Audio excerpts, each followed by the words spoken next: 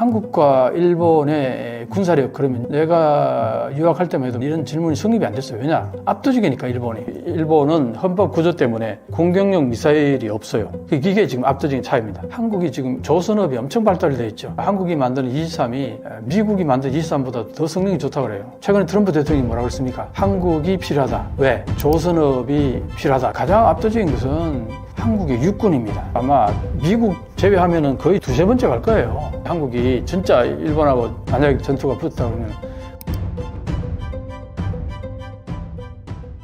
한국과 일본의 군사력은 얼마나 차이가 나고 전쟁을 한다면 어떤 시나리오로 흘러갈까요? 보통 이제 그런 얘기들 합니다. 일본하고 한국이 만약에 전쟁을 치른다면 어떨까, 이제 그런 얘기를 하시는데, 제 전공이 일미 안보 조약, 국제정치인데요. 이 영역에 대한 이 질문은 어떤 의미에서는 과거에는 있을 수 없는 질문이었어요. 어떤 의미냐 하면은 한미일 공조, 특히 이제 미일 안보 조약이 있고 한미 동맹이 있고, 그러니까 미국이 중개하는 이상은 일본하고 한국이 군사력 가지고 어떻게 한다는 건 상상도 할 수 없는 얘기죠. 그렇긴 한데 이제 미국이 지금 많이 변했잖아요. 옛날 같지가 않죠. 트럼프 대통령이 되고 나서 더더욱 그렇습니다. 일국 제일주의, 아메리칸 퍼스트. 그러니까 일본하고 한국은 너희들 싸우든 말든 난 상관없어. 미국 이익만 챙길 거야. 그게 트럼프 말이에요. 그렇게 본다면은 지금까지 민주당의 바이든 대통령이 한미일 공조를 굉장히 강조했는데, 트럼프 대통령은 한미일 공조 휘어짜도 안 끊을 겁니다. 왜? 아메리카 퍼스트니까요. 니들은 니들 알아서 해. 내한테 이득이 안 되면 너희들 언제든지 버릴 거야. 그게 트럼프 대통령이거든요. 그러니까 어떤 의미에서는 지금에는 이런 질문들이 나름대로 의미를 갖지 않나, 그렇게 생각을 합니다. 자, 그런데 한국과 일본의 군사력, 그러면 내가 유학할 때만 해도 몇십 년 전 얘기에서는 이런 질문이 성립이 안 됐어요. 왜냐? 압도적이니까 일본이. 그건 뭐냐면은 일본이 해양 영토가 세계에서 6번째 넓어요. 그러다 보니까 일본은 해군이 그 넓은 영역을 지키려다 보면은 해군이 발달할 수밖에 없잖아요. 그리고 규모도 클 수밖에 없고. 그리고 그 전에 일본이 경제력이 참 좋을 때는 국방비 1%밖에 사용 안 했지만 그 내용 규모 자체가 워낙 크다 보니까 그 돈 가지고 주로 어떤 무기들을 사오냐면 미국의 첨단 무기들을 사와요. 그러니까 결국 일본은 방위력 자체가 미국의 군사력인 거죠. 그러니까 거기다가 예산도 이제 많고, 왜? 과거에 제2의 경제 대국이었으니까. 그다음에 해도 그만큼 방위비의 총량은 굉장히 컸다는 얘기죠. 그런 의미에서 특히 이제 해군의 전력 중에서는 뭐가 제일 컸냐면은 이지스함이 굉장히 일본이 압도적이었죠. 과거에 일본이 6대 정도 이지스함이 있을 때 우리는 1대, 2대 이런 상황이었거든요. 그게 10년 전, 20년 전 하면은 그때는 비교가 안 되는 거지. 왜냐하면 이지스함 1대만 해도 그 어마어마한 화력이거든요. 외부에서 날아오는 어떤 공격 패턴을 1000개 정도를 동시에 읽을 수 있다 그래요. 그 레이더가 어마어마하잖아요. 그런 게 6대 정도 있다 보세요. 한국이 어디에 공격할 틈이 있겠어요. 그러니까 이지스함이 일본이 압도적이었을 때는 예를 들어서 독도에서 무슨 전투가 벌어진다 그러면 반나절도 못 간다, 그런 얘기들이 참 많았습니다. 실제로 그랬는데 지금은 한국의 이지스함이 몇 대냐? 3대, 곧 4대, 5대, 우리도 모자나 6대까지 올라갈 거예요. 근데 일본이 6대에서 8대 정도 가겠지만 이제는 8대하고 6대, 만약에 한국이 6대 정도 가진다 그러면은 큰 차이가 없다는 거죠. 거기다가 한국이 지금 조선업이 엄청 발달이 돼 있죠. 그러다 보니까 한국이 만드는 23이 미국이 만든 23보다 더 성능이 좋다고 그래요. 지금 강감찬함인가 세종대왕함이 이제 1기였는데 23이 1호였는데 최근에 만든 3호인가 이 정도 전력이 되면 압도적이라고 합니다. 한국의 훌륭한 조선업에다가 레이더도 한국이 이제 개발했고, 그리고 한국의 디지털 이런 관련된 모든 것들이 다 장비되기 때문에 아주 압도적으로 강한 거예요. 최근에 트럼프 대통령이 뭐라고 그랬습니까? 한국이 필요하다. 왜? 조선업이 필요하다, 미국에. 지금 미국하고 중국하고 엄청나게 지금 패권 전쟁을 하고 있죠. 사실은 미사일만 안 날아다녔을 뿐이지 험악하죠. 트럼프 대통령이 이제 취임하면은 더더욱 이제 중국을 압살하려고 그럴 텐데, 근데 중국이 지금 해군력을 어느 정도 만들어내냐면은 1년에 270대, 300대 좀 못되게 막 만들어낸다 그러는데, 미국은 여기에 한 30대도 못 만들어요. 30대가 뭡니까? 세대도 제대로 못 만들 거예요. 그만큼 미국의 조선업이 완전히 그냥 거의 폭망했다 해도 과언이 아닙니다. 왜 그러냐? 그게 미국의 항구를 오가 들어가는 전함은 미국에서 만들어야 된다는 법이 있어요. 그게 미국의 조선업을 완전히 경쟁력을 떨어뜨리게 만드는 하나의 주범이었던 거죠. 그래서 그게 이제 지금까지 오다 보니까 지금 미국 군함이 중국의 해군 전투함이 급속도로 늘어나는데 전혀 못 따라가고 있어요. 그러다 보니까 이제 미국이 한국의 조선업에다가 기대는 그런 얘기를 해서 한국이 필요하다. 그래서 지금 앞으로 미군 함정, 이지스함 같은 거죠. 미군 함정을 우리가 만들어서 미국에 제공해주고 또 지금까지 미국의 그 함정들 수리하는 거, 그거 다 이제 우리가 다 맡을 가능성이 이제 농후해졌어요. 한국하고 일본하고 시차를 왔는데 한국이 압도적이니까 미국이 한국한테 맡길 게 거의 확실해졌어요. 자, 이런 상황을 보게 되면은 한국이 조선업이 어마어마하게 성장했다. 그건 뭘 말하느냐면은 해군함, 함정을 만드는 능력이 아주 뛰어나다는 거죠, 한국이. 그런 의미에서 보면 지금은요, 한국하고 일본하고 만약에 전쟁이 붙는다.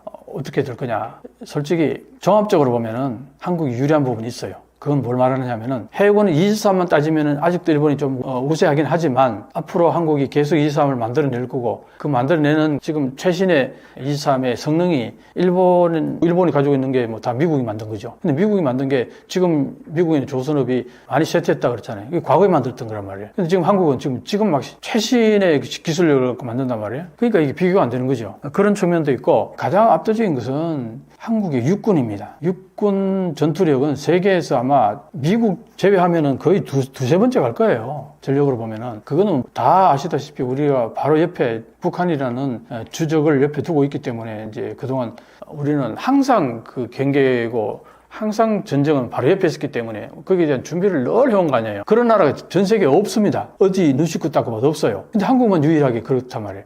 그러니까 한국의 육군은 과거에 뭐 베트남 전쟁에 참전했던 것도 있고 그리고 북한하고 늘 접해있기 때문에 이게 실전 능력이라는 게 상당합니다. 그런 측면에서 보면은 일본의 육상자위대하고 한국의 육군하고 이거는 비교 자체가 안 됩니다. 일본은 해군이 뛰어나다는 거죠. 그래서 만약에 한국하고 일본이 이제 만약에 전쟁이 터졌다, 전투가 벌어진다 하면은 일본의 이지스함이 역할을 많이 할 건데 이지스함이라는 게 아까 말했다시피 어떤 그 공격에 오는 추적물을 한 1000개 정도 추적한다 하더라도 거기서 만약 미사일이 날아온다 칩시다. 미사일이 나오게 되면 거기에 대한 대응 능력이 그 이지스함 한 대가 싣고 있는 요격 미사일 그 개수만큼만 대응할 수 있을 거 아니에요. 근데 보통 36대 정도 뭐 그 안팎일 거라고요. 그러면 이지스함 한 대가 날아오는 미사일을 격추할 수 있는 게 100%다 맞춘다 하더라도 40개 안팎일 거란 말이죠.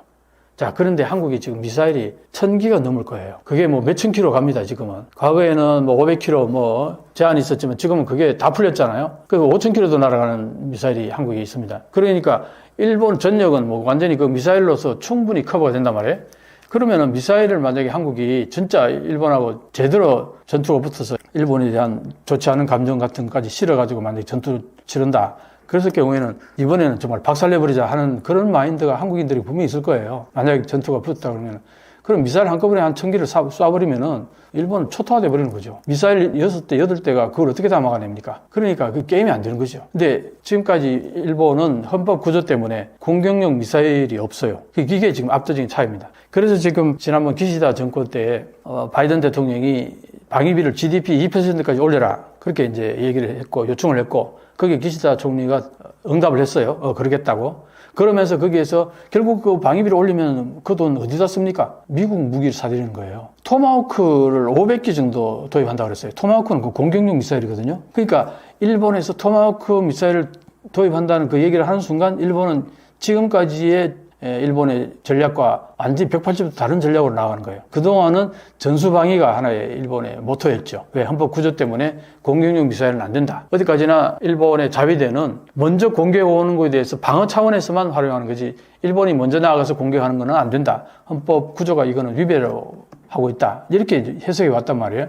그랬는데 지금까지 뭐 헌법 구조 개정한 적이 없어요. 일본 국민들이 절대 개정 못하게 꽉 잡고 있죠. 그런데 지난번 기시다 총리는 토마호크 500기를 도입하겠다 이렇게 얘기를 했어요. 아직 뭐 도입한 건지는 뭐 정확히는 모르겠습니다만 아마 아직까지 도입하지는 않았을 거예요. 도입하겠다는 거 얘기했는 거지.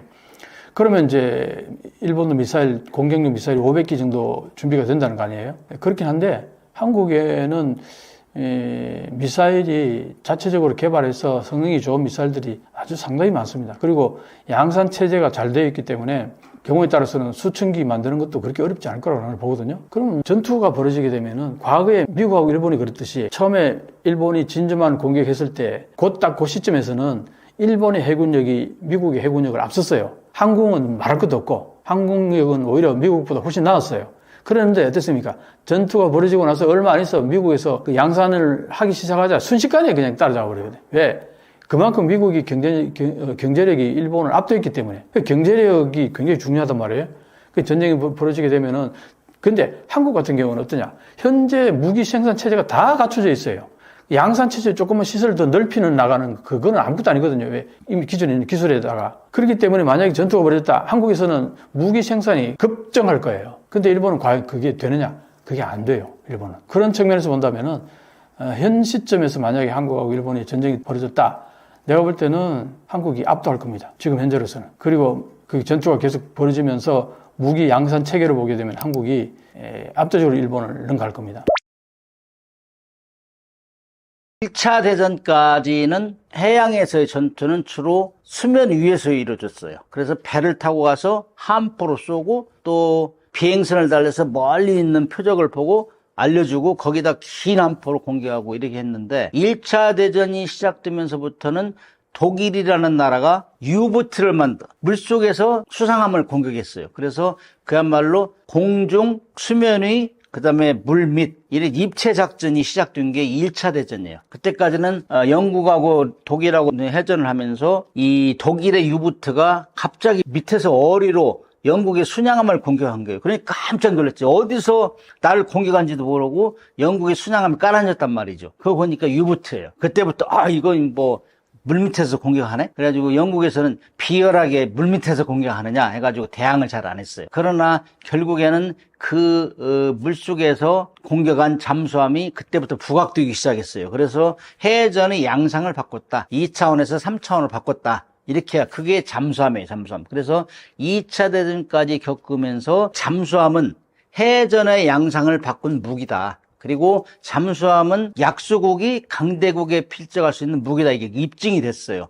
영국하고 독일하고 해군력은 8대2 정도 했는데 영국을 거의 항복 직전으로 몰고 왔다. 왜냐하면 영국이라는 나라 섬나라잖아요. 섬나라의 모든 전쟁 불도량이 바다를 통해 들어오는데 그걸 다 막았잖아요. 유보트가. 그래서 그때부터 이게 유보트, 잠수함은 함부로 대항하면 안 되겠다. 그래서 잠수함은 그야말로 가성비가 뛰어난 무기다. 중소해군국이 강대국이 필적을 쓴 무기다. 이게 입증이 된 거예요. 그래서 잠수함이 그때부터 이제 두각을 나타내기 시작했죠.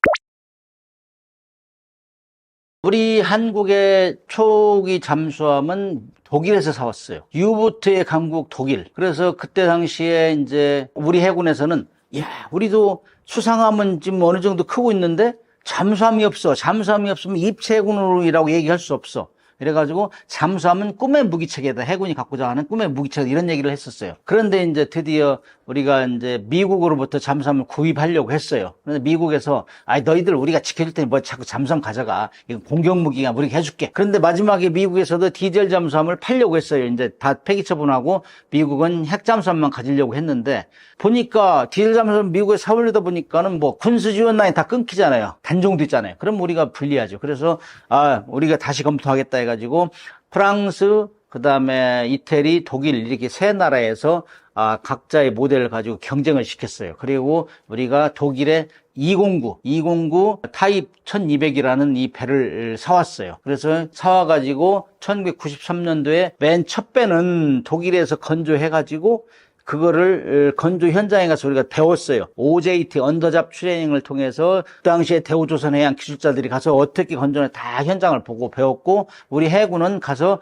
독일 해군하고 다 협력해서 그 전술을 배우고 이렇게 해서 독일에서 첫 번째 배는 사왔고 두 번째부터 1200톤짜리 9척을 우리가 결국엔 독일에 샀는데 두 번째부터는 원자재를 독일에서 사다가 우리가 조립 생산을 했어요. 그 당시에 대우조선해양에서. 그 다음에 이제 그 9척을 구입한 후에는 또 다른 모델 타입 214라는 거 214형 1800톤짜리 요거를 9척을 이제 원자재를 사다가 우리가 또 조립 생산해서 그 당시에는 이제 현대하고 대우조선해양하고 나누어서 교호로 이제 건조를 했죠.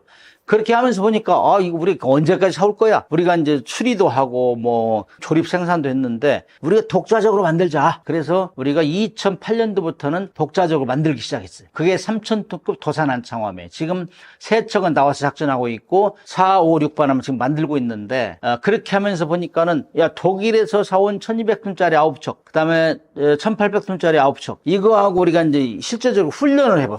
해상에 나가서 훈련하면은 성능이 비교되잖아요. 그 성능에서 우리가 잠수함은 일단 조용해야 돼요. 왜냐하면 안 잡혀야 되니까. 물속에서 조용히 은밀하게 기동해야 되니까. 그 다음에 충분히 작전 수심을 들어가서 회피할 수도 있어야 되고, 그 다음에 어리나, 그 다음에 기뢰나, 그 다음에 미사일이나를 완벽하게 쏠 수 있어야 돼요. 그런 면에서 보면은 우리가 독일의 잠수함 건조 능력을 우리가 상회하고 있다. 이렇게 지금 평가를 해요. 이거는 제가 이제 2002년도에 1200톤짜리 잠수함 몰고 림팩 훈련에 참가했어요. 그리고 제 후배들은 1800톤짜리도 가서 몰고 갔고, 그 다음에 이제 우리가 3000톤급 만들어 그거하고 미군 잠수함들 훈련을 지속적으로 하는 거예요. 해보면서 성능 비교를 하는 거지. 그런 거 보면은 우리가 독일의 수준을 능가했다. 저는 그렇게 봐요. 그렇기 때문에 요즘 뭐 우리가 2012년에는 독일 잠수함 회사하고 우리 대우조선해양하고 인도네시아 3척 팔 때 우리가 이겼어요. 이겨가지고 팔았고, 그 다음에 지금은 3,000톤급 잠수함에 대해서 캐나다나 폴란드나 사우디나 필리핀 이런 데서 살려고 해요. 최근에는 뭐 남미 페루에서 살려고 하고 이렇기 때문에 우리의 잠수함 건조 기술 수준이 널리 알려져 있어요, 지금. 그리고 우리는 원래 조선 1등이잖아요, 조선 1등. 그렇기 때문에 잠수함 분야는 좀 더디어 왔는데 우리가 지금 한 30년 만에 우리가 독자적으로 만들어서 그 성능을 전 세계로 인정받고 있다. 저는 그렇게 봐요. 2차 대전이 끝나고 나서 평가할 때 태평양 전쟁을 총지휘했던 분이 있어요. 니미츠 제독이 있어요. 미국에. 그분이 이제 과거의 해전은 전함이 했고, 막 전함이라는 건 막 몸뚱아리 많은 그 포탄을 쏠 수 있는 거포주의라고. 그 전함이 했고, 오늘날에는 항공모함이 이 해전을 지휘하지만 미래는 잠수함이 해전을 주도할 것이다. 이렇게 예언을 했어요. 근데 거기서 맞는 말이 있고 틀린 말이 있어요. 과거의 해전은 지배했던 건 거포주의가 맞아요. 그 다음에 오늘날의 해전은 항공모함이 하지만 미래는 잠수함이 한다. 그 중에서 잠수함이 한다는 것도 맞아요. 그러나 항공모함은 그 당시에 했는데 지금 80년이 지나도 항공모함이 1등하고 있어요. 그건 안 맞는다는 얘기지. 그래서 아무튼 2차 대전이 끝나고 나서 잠수함이 높이 평가됐어요. 해전의 양상을 바꿨기 때문에. 그러나 잠수함 발전 기술보다 잠수함을 잡는 기술이 더 빨리 발달했어요. 그래서 항공기거든. 항공모함 이런 것들이 하니까 잠수함은 그 당시에 2차 대전까지는 물속에서는 한 2시간밖에 못 견뎠어요. 왜냐면은 물 위에서는 공기가 있으니까 엔진을 돌려가지고 축전기를 충전할 수 있잖아요. 근데 물속에 들어가면 공기가 없으니까 충전을 못 해요. 그래서 물 위에서 충전한 걸 가지고 쓴다고, 물 밑에서는. 그래서 막 기동하다 보면 축전이 방정되면 또 올라가야 돼요. 그러다 보니까 2차 대전 말경에는 대서양 전투에서는 항공기에 의해서 그 잠수함이 격침된 게 56%나 됐어요. 그래서 2차 대전에서 전사한 태평양 해전, 그 다음에 대서양 해전에서 전사한 잠수함 승조원이 한 5만 명쯤 되는데 그 사람들이 이제는 물 위에 안 올라가는 잠수함 좀 만들어달라. 올라가면 죽더라. 그래가지고 열심히 뭐 일본하고 뭐 독일하고 열심히 만들었어요. 근데 수중에서 고속으로 오랫동안 견딜 수 있는 잠수함 만들다가 전쟁이 끝나버렸어요. 실용화도 못하고. 그런데 1954년 전쟁이 끝나고 한 9년 지난 이때 미국에서 핵추진 잠수함 만들었어요. 이 핵추진 잠수함은 원자로로 이제 이 추진력을 내기 때문에 배에 원자로를 실으면 원자로는 우라늄을 핵분열시키잖아요. 핵분열시키면 엄청난 열이 난다고. 그 고열로 증기를 만들어요. 물을 끓여가지고 그 증기로 터빈을 돌리고 터빈을 돌려가 전기를 생산하고 이러기 때문에 핵추진 잠수함은 승조원의 체력과 식량만 있으면 무제한 작전이 가능해요. 안 올라와도 돼요. 물 위에. 자기 필요할 때만 올라와서 확인하고 이렇게 한다고. 그러기 보니까 그 다음에 이제 디젤 잠수함 하루에 2-3번씩 충전하러 올라와야 되니까 이때 걸린단 말이죠. 뭐 저게 레이더에 걸리고. 그런데 그러기 때문에 2-3번 올라와야 되기 때문에 북극도 못 가요. 북극해도. 북극은 빙하로 덮여 있잖아요. 근데 핵잠수함은 가요. 북극에 디젤 잠수함 못 가잖아요.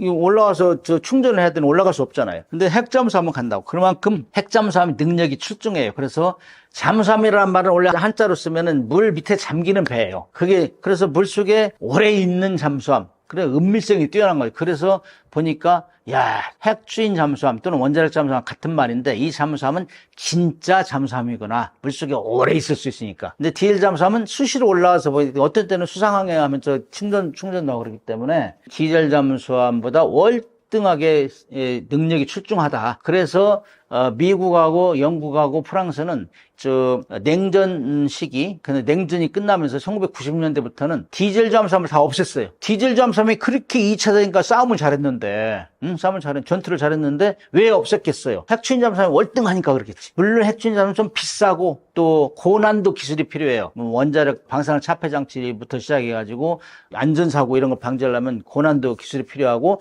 그다음에 우라늄이 들어가기 때문에 핵무기를 만들 것이라는 오해를 불러일으키기 때문에 아무나 허락을 안 해요. 그렇기 때문에 그렇게 여러 가지 어려움이 있지만은 핵잠수함이 디젤 잠수함보다 능력이 출중하다. 돈도 좀 물론 비싸겠지. 그러나 능력이 출중하기 때문에 핵잠수함을 선택했는데, 지금 핵잠수함은 미국이 완탑에 완탑. 이건 따라갈 수 없을 정도로. 미국은 핵잠수함만 있어요. 그 다음에 영국, 프랑스, 여기도 핵잠수함만 있어요. 그 다음에 러시아하고 중국은 핵잠수함하고 디젤 잠수함 같이 가지고 있는데, 디젤 잠수함을 같이 가지고 있는 거는 러시아나 중국 이런 데는 팔으려고 했어요. 국제적으로. 추출용으로 만들고 있고, 그래서 연안 방어를 용으로 중국 같은 데 가지고 있어요. 그 다음에 인도 같은 경우도 핵잠수함 가지고 있는데, 거기는 아주 초급 기술이고 최근에 가장 늦게 개발한 데고, 그래서 핵잠수함은 미국이 완탑이고 그 다음에 따라가는 데가 러시아, 프랑스, 그 다음에 영국, 중국, 인도 순이다. 그리고 이제 핵잠수함을 이 좋은 잠수함이라고 느끼기 때문에 다 인식이 돼 있기 때문에 여러 나라에서 가지려고 해요. 그러나 이제 여기는 우라늄이 되기 때문에 정치적으로 함부로 갖지 못해요. 핵무기를 가진 나라가 핵무기를 갖지 않는 나라 못 가지게 하는 건 똑같은 거예요. 거의 비슷해요. 그러나 지금 가지려고 하는 나라가 북한. 계속 얘기하잖아요. 요즘 뭐 러시아 기술 협력해서 빨리 만들어야 된다. 뭐 SLB를 만들어서 빨리 집어내야 된다. 이런 얘기 많이 하잖아요. 한국, 우리도 지금 만들려고 하고 있고, 그다음에 호주는 자기들 기술이 안 되니까 오커스라는 동맹을 만들어서 미국하고 영국하고 이게 도움을 받아서 만들려고 하고 있고, 그다음에 멀리에는 브라질이 지금 프랑스의 도움을 받아서 하고 있어요. 그래서 핵추인 잠수함이 늘어난 추세다. 그래서 핵추인 잠수함은 기술적으로 고난도고 비싸고 그다음에 정치적으로 갖기 쉽지 않지만은 그래도 그 출중한 능력 때문에 많은 나라가 가지려고 한다. 이렇게 이해하시면 돼요. 한국은 이제 북한이 2016년도 8월 24일 SLBM을 발사해서 성공했어요. 500km 날리는 성공했어요. 그렇게 하면서 북한은 속내를 드러냈죠. 우리는 원래 SLBM은 핵탄두를 실겠다는 게 그 북한의 계획이었어요. 그래서 빨리 핵잠수함을 만들어서 거기 집어넣겠다 이렇게 했는데, 북한은 막 국제 제재 걸리고 코로나 이런 것 때문에 여러 막혀 있어가지고 그 수많은 도서를 다 사올 수는 없잖아요. 다 독자적으로 만들 수는 없잖아요. 사와야 되는데 다 막혀 있으니까 그걸 못했어요. 그래서 북한이 이렇게 막 진도를 나가면서 SLBM을 만들으니까 우리도 SLBM을 탑재한 잠수함은 지금 이 시간에도 미국하고 러시아는 추적전을 해요. 왜냐? 거기다 핵무기가 있기 때문에. 지상에 있는 핵무기는 다 감시하고 있잖아요. 인공위성으로 못 쏘게. 그렇잖아요. 훈련할 때도 다 알려줘야 돼요. 핵무기는. 오인 공격할까 봐서. 그래서 그렇게 하고 있는데, 물속에 SLBM을 집어넣으면 그 핵무기 물속에 숨기는 거거든. 그러면 그거는 오로지 물속에서 따라다니면서 이렇게 감시 추적하는 것이 유일한 전술이에요. 출항할 때부터. 근데 그걸 100% 잡아내느냐? 그건 아니야. 그러나 골키퍼 있는 거고 없는 거 틀리잖아요. 그래서 계속 그걸 못 잡아도 따라다닌다는 걸 항상 느끼고, 그래서 잠수함은 몇 시간, 한 2시간 가다가 뒤로 한번 다 돌아봐요. 이렇게 기동하고. 누가 다 추적하는지. 왜냐면은 한미 쪽에는 음파가 잡을 수가 없어요. 스크류가 계속 돌아가기 때문에. 그렇기 때문에 그런 전술을 하는데, 그래서 우리도 북한이 SLBM을 만들어서 잠수함에 실어 집어넣으면은 그건 엄청난 위협이 된다. 이거는 미국이나 러시아, 프랑스, 영국 이런 나라들이 하는 것처럼 우리도 해야 된다. 그렇게 하려면 디젤 잠수함 가지고는 안 돼요. 왜냐, 디젤 잠수함 하루에 두세 번 올라가야 되니까 올라가서 막 충전하고 하면 시끄럽잖아. 시끄럽고 잡혀요. 그런데 핵잠수함은 안 올라가도 되니까 은밀하게 추적하다가 또 속력이 많이 돼야 돼요. 우리가 잡히면 도망가야 되거든. 그렇게 되면 물속에서 고속을 내야 되기 때문에 디젤 잠수함은 고속을 내면 빨리 충전해야 되잖아. 또 올라가야 돼. 그런 어려움 때문에 오로지 핵추인 잠수함만 할 수 있다. 그런 전술이 미국이 냉전 끝나고 나서 더 브라인드 맨스 브라프라는 책이 나왔어요. 그 책은 뉴욕타임즈에 계속 그 러시아하고 미국하고 수중에서 추적전 하던 거 이런 것들 다 실화로 기록했어요. 근데 거기에 그렇게 나와요. 그런 수중에서 추적 감시할 수 있는 거는 핵 추진 잠수함만 할 수 있다. 디젤 잠수함 할 수 없다. 왜냐 속력이 느리고 디젤 잠수함은 수시로 스노커를 충전을 해야 되기 때문에. 그래서 우리도 강력하게 핵 추진 잠수함을 만들어야 된다 이런 여론이 아주 들끓었어요. 2016년 이후로. 그때까지는 미국에서도 뭐 너네는 우리가 할 텐데 해주니까 안 해도 된다 했는데 요즘에는 이제 북한이 워낙 SLBM도 많이 만들고 시험 발사도 하고 ICBM까지 하니까 미국에서도 이거 뭐 우리가 다 멀리 떨어져서 커버할 수 없겠네. 북한이 핵 잠수함에다 핵무기 실으면은 미국의 본토가 위협받잖아요. 그렇기 때문에 한국에서도 그걸 만들어서 먼저 벤 외곽에서 막아라. 이런 뭐 논리가 이제 있을 수 있잖아요. 그래서 우리한테도 이제 긍정도 아니고 부정도 아니고 그래서 뭐 너네 만들어라. 우리는 도와줄 수는 없다. 그러나 그런 와중에 이제 저도 이제 전역을 했기 때문에 지금 확실히는 얘기할 수 없지만은 누군가 어디선가 진도가 나가고 있을 거예요. 그래서 국민들이 빨리 해! 그렇게 이제 뭐 우리가 북한보다 국방비도 20배 이상 내는데, 20배 이상 드는데 왜 북한은 질질 끌려다녀? 왜 핵무기도 우리 질질 끌려다녀? 핵잠수함도 우리가, 잠수함도 30년 늦게 우리가 가졌는데 왜 핵잠수함도 30년 늦게 가지란 말이야? 갖는단 말이야. 그러면 이제 국민들이 지적하면 이제 빨리 속도를 내겠죠. 그래서 이 TV를 보고 이제 많은 분들이 빨리 만들어라. 북한이 뭐 거지 같은 나라에서도 하는데 왜 우리가 못하냐? 막아라. 그리고 북한의 잠수함을 한국에서 못 나오게 봉쇄해야 된다. 그렇게 하려면 핵잠수함이 있어야 된다. 나와서도 핵무기를 못 쓰게 따라다니면서 감시해야 된다. 그러면 그 뭐 어떤 게 필요하냐? 핵잠수함 필요하다. 그러면 그런 여론이 막 비등하면 우리도 빨리 만들겠죠. 북한은 이제 이 핵잠수함을 만들어서 SLBM에 핵탄두를 장착해 집어내려는 게 기본 목표였는데 그게 2010년도부터 계속 추진해 왔어요. 그런데 이제 뭐 국제 제재 이런 거 가지고 진도가 안 나가고 그랬는데 2021년도에 김정은이가 1월 8차 당대회에서 공공연히 선언했어요. 빨리 핵추진 잠수함 만들어라. 우리는 지금 핵추진 잠수함도 설계 검토가 끝나고 최종 심사 단계에 있다 이렇게 발표를 했어요. 근데 그해 10월 달쯤 해가지고는 그 설계에 참여한 사람 다 징계 매겼다고 그랬어요. 그만큼 무언가 문제가 있는 거예요. 그런데 이제 2023년, 24년도 이제 푸틴하고 정상회담을 했잖아요. 그러면서 이 무언가 모종의 딜이 이루어진 것 같아요. 그래서 인공위성 기술, 그다음에 핵잠수함 기술, 그다음에 뭐 ICBM 기술 이런 것들을 서로 협력하기로 했지 않나 그렇게 이제 평가를 하고 있어요. 그래서 최근에 들어서 작년부터 김정은이가 계속 순찰하는 데가 이제 잠수함 공장인데 잠수함 공장에서 핵추진 잠수함 빨리 만들어라 지금 독려하고 있어요. 그래서 이제 그렇게 되면은 이제 진도가 빨리 나가겠죠. 그동안 이제 북한이 부족했던 기술이라고 할 수 있는 거는 원자로 이제 제작 기술 이런 게 좀 부족했을 거예요.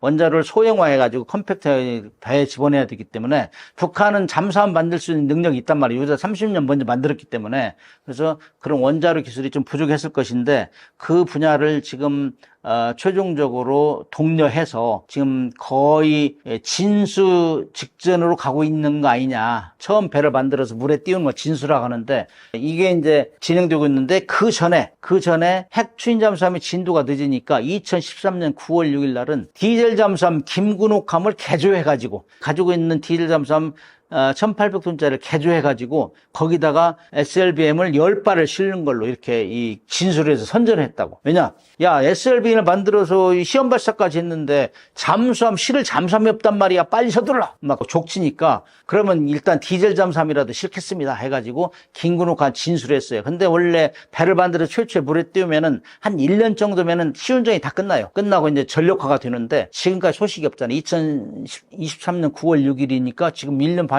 넘잖아요. 그러면 뭔가 문제가 있어요. 그래서 작년부터 이제 TV조선 이런 데서 북한 김군옥함 잠수함이 시운전하다가 기울어져 가지고 뭐 넘어질 뻔했다 뭐 이런 뉴스가 나오는 거는 무언가 문제가 있는 거예요. 원래 잠수함이라는 건 길이와 폭이 한 9대1 정도가 돼야 현대 잠수함은 완전히 물속에서 민첩하게 기동할 수 있는데 그냥 저 폭은 놔두고 길이만 늘린 거거든. 거기다가 이제 SLBM 실으니까 이 잠수함이 뭔가 언밸런싱이 드는 거죠. 물속에서도 균형을 못 맞추고 그렇기 때문에 지금 진도가 안 나오고 있어요. 아무튼 북한은 핵무기를 소형화해서 SLBM에 탑재해서 그거를 잠수함에 실는데 핵 추진 잠수함에 실는 게 1차적인 목표인데 그것이 더디 가니 하루빨리 그 중간으로서 디젤 잠수함 김구름 함에 일단 10발을 실어라. 이렇게 시운전 중이에요. 그래서 아무튼 북한은 핵무기를 많이 가지고 있잖아요. 우리보다 앞선 게 핵무기니까. 그래가지고 ICBM까지 만들어서 미국 본토를 위협하고 있는데 전쟁이 일어나면은 가장 먼저 공격 대상이죠. 핵무기 시설은, 핵시설은. 그렇기 때문에 자기들은 그걸 하루빨리 물속에 집어넣으려고 해요. 물속에 집어넣으면 탐지가 안 되잖아. 그렇기 때문에 선진국이 다 전략이 그런 거거든. 물속에 집어넣어. 이 현대전에서는 핵전쟁을 가장 억제하는 초선봉에 있는 게 핵 SLBM을 실은 잠수함이에요. 왜냐? 지상을 먼저 ICBM을 공격하면은 물속에서 어디서 날아올지 모르잖아요. 내가 공격했다고 워싱턴 공격했다고 만세 부를 수 없잖아. 어디에선가 물속에 있는 잠수함이 날아오기 때문에. 그래서 함부로 쏠 수가 없는 거예요. 그래서 북한도 그런 전략으로 가고 있다. 그래서 하루빨리 해군의 핵무장화를 지금 서두르고 있어요. 잠수함뿐만 아니라 수상함정, 엊그저께 이제 진수한 그 5,000톤급 북한판 이지스함이라는 거기에도 이제 중국에는 SLBM은 아니지만은 거기다 수직 발사관을 실어가지고 거기다 핵탄두로 해가지고 바다에서 쏠 수 있다 이런 무장을 하고 있는 거예요. 우리가 이제 비대칭 전략이라고 비대칭 전략. 이거는 약소국이 강대국이 필적할 수 있는 그걸 비대칭 전략이라는데 우리 성경에는 이제 다윗과 골리앗 싸움이라고 항상 비교가 되잖아요. 엄청난 거인인데 골리앗은 다윗은 조그마한데 다윗이 돌로 이 머리를 쳤잖아요. 그래가지고 다윗을 거꾸로 틀었는데 이게 이제 비대칭 전의 시죠. 그래서 북한이 우리한테 경제력으로 안 되고 방위력도 안 되고 막강한 한미 동맹이 있어요. 안 되니까 핵무기를 개발한 거거든. 그죠? 핵무기를 개발한 것 같이 우리도 사실 북한은 이제 압도해요. 핵무기를 제외하고는. 그러나 일본하고 중국이란 거대의 국가가 지금 양쪽에 있어요. 그 나라들은 어떤 나라들이냐? 우리한테는 천추의 한을 맺히게 한 나라들이에요. 중국은 시도 때도 없이 우리를 병자호란, 정묘호란 해가지고 짓밟고 우리를 우습게 알고 우리 국민들을 끌어가고 그랬잖아요. 일본은 간단하게 36년을 우리 짓밟았잖아. 노예로 여겼잖아요. 그런 나라가 지금 한미 동맹이라는 강력한 동맹이 미군이 있기 때문에 우리를 안 건들죠? 미군이 만약에 철수한다? 그러면은 어떻게 되겠어요? 그 역사는 되풀이된다고 우리를 또 시비 걸 것이고 지금 서해도 막 구점을 설치하고 있잖아요. 중국이. 자기 임의대로 공동수역인데 그다음에 독도나 이어도 이런 데는 분쟁 지역화 될 수 있다고. 그래서 그 중국이나 일본에 대응해서 우리 국방력을 건설해야 돼요. 그런데 중국은 세계 2위 경제 대국이라고. 일본도 3위, 2, 3위란 말이에요. 그 강대국들을 어떻게 대응하나? 똑같이 우리 군사를 건설할 수 없잖아요. 그래서 우리는 북한이 우리 핵무기로 우리를 하는 것 같이 우리도 강대국에 대항해서는 고슴도치 전략을 써야 된다. 거기에 제일 1번으로 할 수 있는 게 핵추인 잠수함이에요. 핵추인 잠수함 같은 건 물속에서 미사일로 장착하기 때문에 어디서 날아올지 몰라요. 상하이를 동경을 때릴 수 있는 보이지 않게 때릴 수 있는 게 핵잠수함이거든. 그리고 이제 우리가 2021년 미사일 지침이 해제됐기 때문에 우리는 미사일을 기지를 해변에 설치해가지고 지하화하고 그래서 우리를 건들면 바로 미사일을 공격한다 이런 걸 상대에 심어줘야 돼요. 일본이나 중국한테. 그런 것들이 고슴도치 전략이에요. 건드리면 안 돼. 내가 함부로 내가 중국이 항공모함 가지고 있다고 우리한테 큰 소리 빵빵 치고 일본도 항공모함 만들고 있잖아요. 우리는 항공모함 만들려니까 우리 국민들이 너무 돈이 많이 들어. 구정비도 많이 들어, 건조비도 많이 들어. 그래서 다시 생각해봐. 이런 대안으로 할 수 있는 것들이 핵추인 잠수함에 미사일을 실어서 숨기는 거고, 그 다음에 해안이라는 데 기하경화해가지고 미사일로 무장해서 우리 대한민국은 건드리면 그냥 미사일 구름이 날아온다. 이런 인식을 줄 수 있도록 하는 거. 이런 것들이 이제 우리가 앞으로 가야 될 고슴도치 전략이라 할 수 있어요. 강대국이 필적할 수 있는 거. 미군은 우리가 핵잠수함 만들려고 하면은 그것이 미군의 이익에 부합돼야 돼요. 일단 핵무기는 미국에서 반대하고 있지만은 핵추인 잠수함은 아직 몰라요. 왜냐면은 우리가 원하는 핵추인 잠수함은 오로지 군함의 추인체로만 사용하겠다. 핵무기는 아니고 그리고 우라늄 농축도 20% 미만을 가지고 추인체만 활용하겠다. 이게 우리의 계획인데 핵무기를 만들려면 우라늄 농축도가 90% 이상이 돼야 돼요. 최소한. 그럴 때 우리는 만들 수가 없어요. 우리는 농축 시설도 없기 때문에 만들 수가 다 사와야 되는데 IAEA에서 다 감시를 해요. 사올 수도 없고 고농축은 사올 수 없고 오로지 20% 미만은 국제시장에 상용으로 거래되는 거라. 그래서 이런 것들은 사올 수 있는데 우리가 이제 그렇게 해서 만든다 할 때 미국이 과거 같으면 우리가 해줄게 했는데 요즘은 북한이 워낙 ICBM 만들고 SLBM 만들어서 다 배치하고 있기 때문에 우리가 효율 전방에서 막아주면 미국한테도 좋죠. 그때 미국이 요즘에는 굳이 반대를 안 한다. 그리고 한국은 2018, 19, 20년 기간 동안에 북한을 비핵화를 시키기 위해서 하노이 회담, 싱가포르 회담 우리가 주도적으로 견인을 했어요. 그렇기 때문에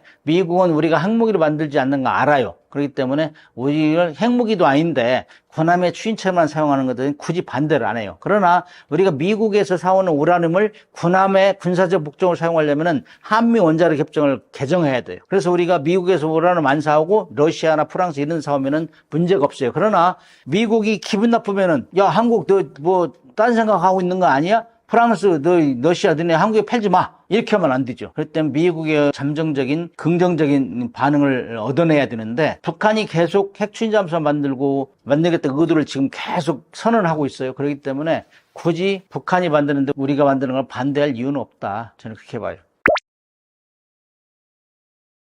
떠먹여주는 TV 시청자 여러분, 지난번에 제가 한번 출연했는데 사실 조회수가 별로 안 나오더라고요. 깜짝 놀랐어요. 제가 너무 말을 잘못한 거 아닌가 하는데, 요즘에 방사는 하도 여기저기서 많이 나와가지고 그게 중복되는 게 많이 있는 것 같아요. 그러나 이제 요즘에 방산 중에서도 그동안은 뭐 유럽을 중심으로 해서 러시아 우크라이나 전쟁 때문에 K9 자주포, K2 전차 이런 것들이 많이 팔렸는데, 이제 그 분위기가 선박 건조 동맹으로, 이제 한미 선박 건조 동맹으로 하면서 중국을 견제하는데 자꾸 활용되고 있어요. 그래서 앞으로 당분간은 선박 건조 분야, 특히 군함 건조, 그 다음에 거기에 이어져서 LNG 선박이나 쇄빙선 이런 것들로 이제 점진적으로 확대될 것인데, 이런 것이 한국에서 시작되어서 이런 선박이 남미까지, 뭐 중동 남미까지 팔 수 있는 이런 환경이 만들어져야 된다, 그렇게 생각해요. 그러려면은 시청자 여러분에게 댓글도 많이 달고, 그 다음에 선박 기업이 잘 돼야 또 투자도 하잖아요. 주식도 사고. 그러면은 선순환이 이루어지는 거, 그게 응원하는 거거든. 기업을 키우는 거고. 그래서 결국에는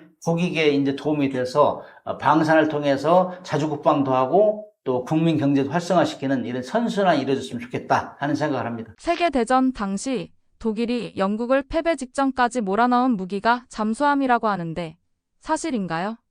2차 대전 중에서 가장 그 해전에서 변화된 것 중에 하나가 2차 대전을 거치면서 해전의 양상이 바뀌었다, 이렇게 얘기해요. 그거는 1차 대전 이전까지는 물 위에서 주로 싸웠어요. 거함 거포주의, 멀리서 보고 쏘고 뭐 가서 충돌 공격하고 뭐 이랬는데, 1차 대전부터 유보트라는 무기가 생겨가지고 물속에서 물 위에 있는 걸 공격한 거예요. 그래서 해전의 양상을 바꿨다, 이렇게 얘기하는데, 1차 대전까지만 해도 그런 걸 생각지를 못한 거예요. 영국 같은 데도. 영국하고 독일하고 대서양 전투에 이루어졌는데, 영국은 해군력이 뭐 독일의 8대2 정도 우세했어요. 뭐 배도 수상 함정도 많고 포도 우수한 게 많고 이랬는데, 독일은 전쟁을 벌여놨잖아요. 러시아, 뭐 폴란드, 뭐 프랑스, 뭐 영국 싸워야 되니까 해군만 지원할 수 없잖아요. 그래서 이거 해군 지원을 많이 못 해주니까 일단 유보트라는 거 만들어서 한번 물속에서 공격해보자. 그래서 1차 대전 때는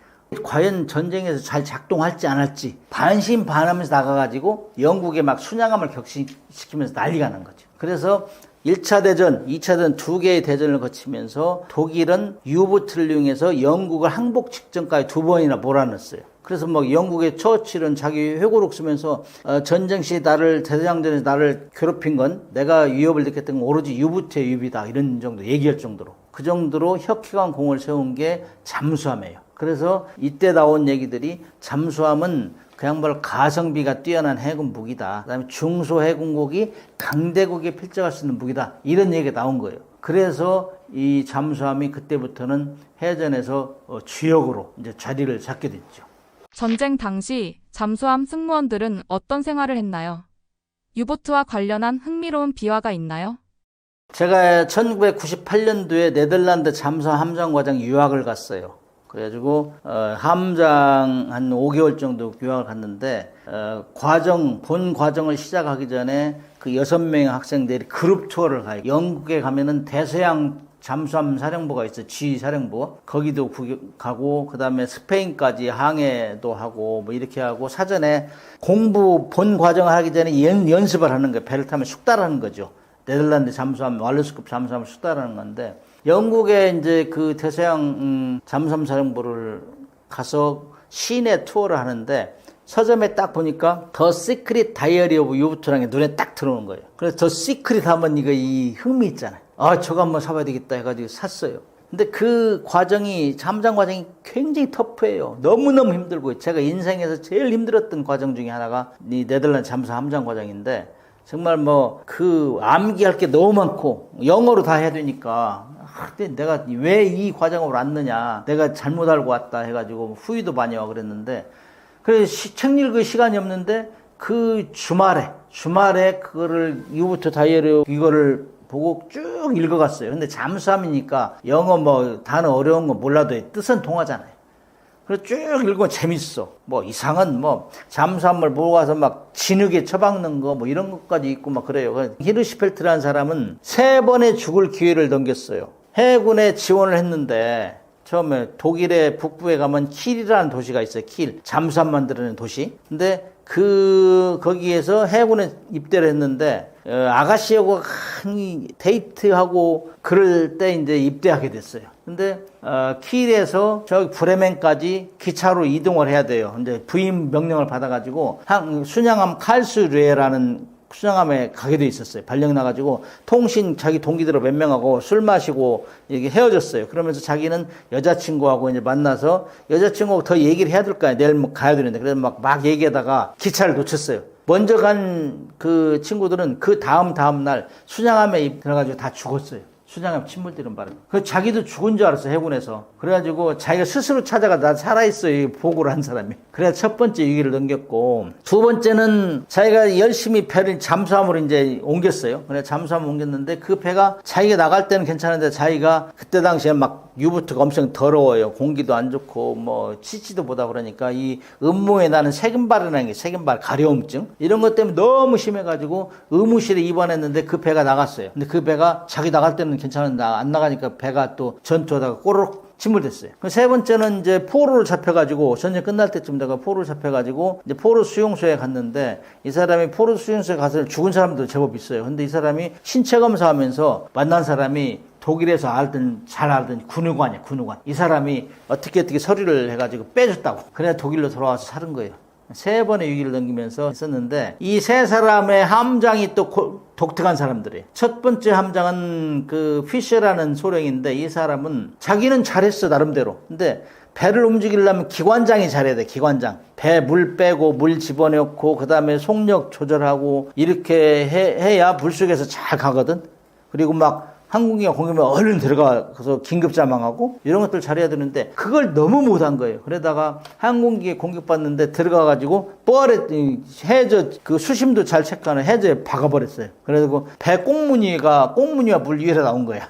이런 사례, 이런 것을 너무 많이 하니까 유보트 사령관이 니네 기관장 너무 못하지만 너는 그 기관장을 감독을 잘 못했기 때문에 너도 그만둬. 잠수함 짠. 두 번째 함장은 블라이로트라는 사람인데 이 사람은 소령인데 블라이로트라는 사람인데 이 사람은 전투는 잘했어요. 막 8만 톤 이상 막 격침시키고 그랬는데 너무 경쟁적인 거야. 이 사람은 그 유부트 에이스 중에 유명한 퀸터풀이라는 사람이 있어요. 영국의 이제 스케퍼플루에 다 침투한 사람. 그 사람하고 같이 이제 잠수함 함장을 시작한 거예요. 잘 나갔는데 각박증이라 할까? 너무 이 전과에 너무 부담감이 많아가지고 스트레스 받아가지고 그야말로 우울증이 생겨, 조울증이 생긴 거예요. 그래가지고 이 사람이 나 잠수함 함장 못하겠습니다. 아파서 못하겠습니다 해가지고 뭐 그 잠수함 사령부에 2번이나 메시지를 보낸 거예요. 바꿔달라. 그런데 거기서는 야, 그 무슨 약 먹어? 그러면 나을 거야. 그렇게 계속 함장 임무해. 두 번째 그러니까 나중에는 나 그냥 들어가겠습니다. 그랬어. 그냥 명령 불복종이지. 그렇게 하면서 해상에서 자기 가지고 있던 어리를 막 다 다른 함정에다 인계하고 그러고 들어왔어요. 그래서 공식적으로 그러니까 무전으로 나 그만하겠어요 한 사람이지. 근데 그 사람이 또 다른 일은 잘했던가 봐요. 그래 중령까지 진급하고 전대장까지 했는데 그 사람. 세 번째 함장은 펠러라는 소령인데 이 소령은 U234의 함장이었는데 이 사람은 잠수함 함장 하기 전에 그 아틀란티스라는 그 순양함에서 육지에 한 번도 안 들어가고 622일 1년 9개월 동안에 해상에만 있은 이런 기록을 가진 사람이에요. 그런 사람인데 이 U234 그 펠러 함장은 나중에 그 마지막 항해는 라스트 보야지가 책으로 나온 게 있어요. 마지막 그 2차 때 독일에서 일본하고 굉장히 교류가 많았어요. 활발했어요. 전쟁 물자 이런 것들이. 독일에서 막 전투기, ME-262 이런 것도 그 부품 분해해가지고 보내고 그랬다고. 그거 싣고, 그 다음에 이상한 물질을 실은 거야.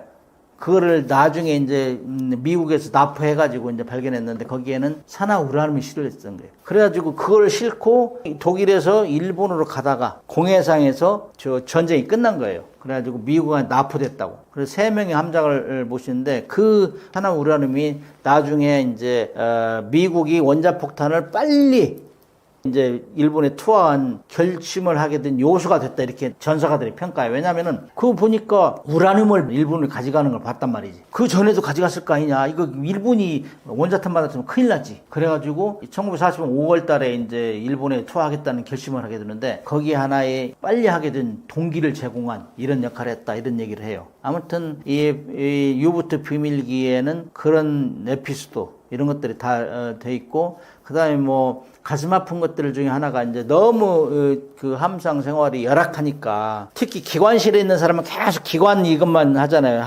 함 내에서 햇빛을 못 보잖아요. 근데 수상항 2차 때 수상항해를 많이 하다가 그 다음에 적이 오면 잠깐 물속에 들어갔어요. 왜냐하면 배터리 성능이 안 좋아서 물속에 오래 있을 수 없어. 수상항해 할 때는 함교에 있어가지고 배를 조함하잖아요. 햇빛을 다 보잖아요. 물 위에서. 근데 그 사람들은 얼굴이 뭐 그 햇빛도 보니까 괜찮은데 기관실에만 있는 사람은 얼굴이 하얀 게 창백한 거야.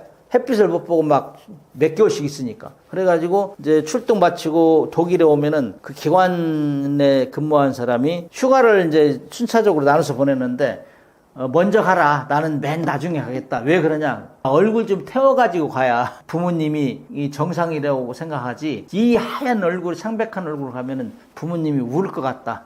이래가지고 그런 경우도 있어요. 아무튼 그럼에도 불구하고 이 어려운 그 함상 생활임에도 불구하고 2차 대전 때까지 독일의 그 승조원들은 버런티어가 우선이거든. 먼저 내가 자원하는 거 자원. 그래서 줄 섰다는 얘기예요. 그만큼 독일 사람들은 굉장히 이 과도적인 과한 애국심이 넘치는 사람들이에요. 아무튼 승조원 생활도 엄청나게 힘들었고 그다음에 수상항해 할 때 물 위에 갈 때는 막 겨울에는 파도가 넘어온다고 그러면 그 우위 입고 해야 되는데 우위에 막 고드름이 열고 그랬어요. 그 정도로 힘든 상황에서도 전쟁을 수행했다. 그래서 독일의 유보트가 잠수함이 원조다 이렇게 얘기해도 전혀 지나친 말이 아니다 이거예요. 잠수함은 왜 무서운 무기이고 현대전이 될수록 잠수함의 중요성이 대두되는 이유는 무엇인가요? 잠수함은 물 아래에서 작전하다가 필요시에 올라가서 공격하는 무기이기 때문에 상대에게 상당히 위협을 많이 줘요. 그래서 이제 숨은 비수다 이렇게 얘기하는데 디젤 잠수함도 그러지만 특히 현대전에서 핵 추진 잠수함, 핵 잠수함은 거기다 핵무기를 싣고 다니는 배는 같은 경우는 그야말로 정말 강펀치를 가지고 있으면서 쥐두새도 모르게 적을 그냥 초토화시킬 수 있는 능력을 가지고 있기 때문에 이 갈수록 이제 잠수함 전력을 무서워하죠. 2차 대전까지만 해도 디젤 잠수함이지만은 상대에게 커다란 위협을 주면서 가성비가 뛰어난 무기로 중소해군국이 강대국의 필자가 쓴 무기로 이렇게 정평이 나 있었는데 2차 대전 이후에 핵잠수함이 생기면서는 핵잠수함은 크기를 키울 수 있어요. 왜냐? 계속 전기를 생산할 수 있기 때문에 물속에서 추진력도 좋고 그렇기 때문에 배도 키우면서 여러 가지 여류, 기리, 미사일 특히 미국 같은 경우는 SLBM 그 트라이던트 2 같은 거는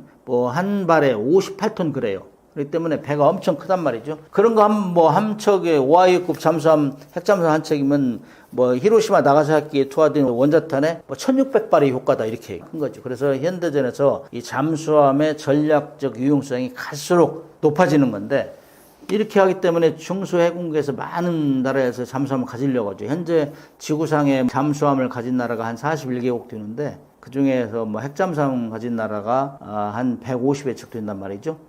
그렇기 때문에 이런 잠수함은 현대전에서 핵전쟁을 억제하는 가장 최선봉에 있다. 이렇게 평가할 수 있어요. 잠수함 전력이 왜냐하면은 지상에 있는 건 다 보고 있잖아요. 인공위성이나 이런 거 먼저 공격하고 그다음에 ICBM도 날라온 거 다 요격하잖아요. 예측해가지고. 근데 SLBM은 물속 어디에서 쏠지 모르는 거예요. 우리가 지금 북한의 SLBM 김구름함을 두려워하는 거는 비록 잠수함이 핵추진은 안 됐어도 물속에 들어가면 찾아내기 힘들어요. 그 잠수함이 은밀하게 남해에 내려왔어.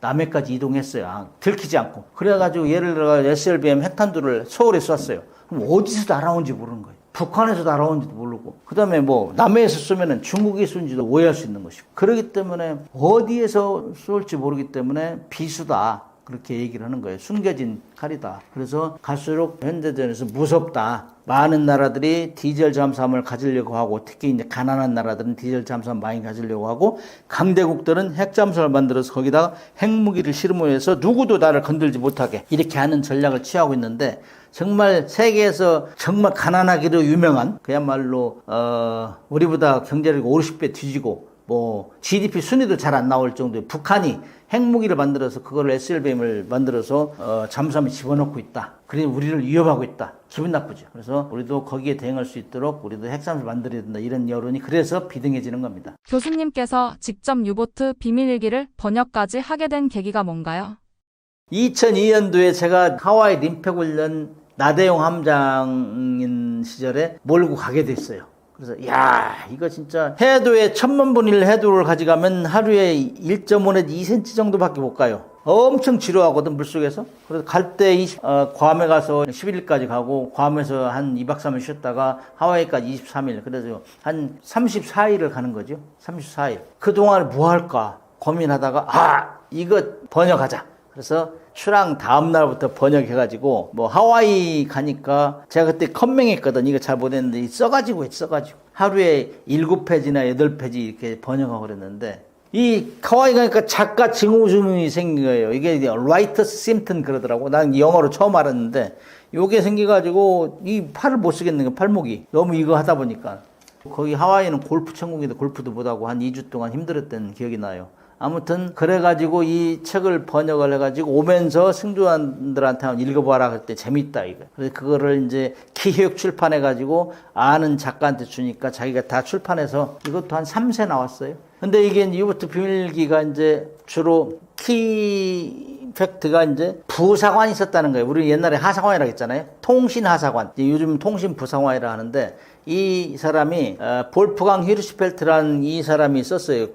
근데 이 사람이 1935년부터 45년까지 10년 동안 해군 생활하면서 그걸 기록으로 남긴 거예요. 특히 잠수함 타면서 3명의 함장을 모셨어요. 그러면서 그 사람들이 전투하는 장면, 그 다음에 통신으로 다 지령이 내려오잖아요. 어디 가서 뭘 공격해라, 공격하고 어떻게 해라, 작전 지시가 나오는데 이런 것들 다 프리 노트를 한 거예요. 일기장에, 자기 일기장에다. 그 일기장을 숨겨놓은 거지. 숨겨놨다가 전쟁이 끝나고 나서, 한 50년 지나고 나서 영국 작가한테 그랬더니 이거 책으로 내자. 그래야 나온 게 The Secret Diary of U-Boat. 영어로 나왔는데 제가 이제 독일에 있다가 이렇게 하니까 독일 사람 책이다 하니까 제가 독일어로 번역한 적에 전 독일어로 번역을 실력은 없고 영어로 번역을 했어요. 영어를. 근데 이제 이 작가가 부사관인데 사실 책을 쓰고 하는 사람들은 장교들이 대부분이단 말이에요. 부사관들은 별로 안 쓰는데 그게 유일해서 제가 이거 번역하고 나서 안 받는다고 해서 책을 받아가지고 전국에 있는 우리 해군 주임원사들한테 하나씩 나눠줬어요.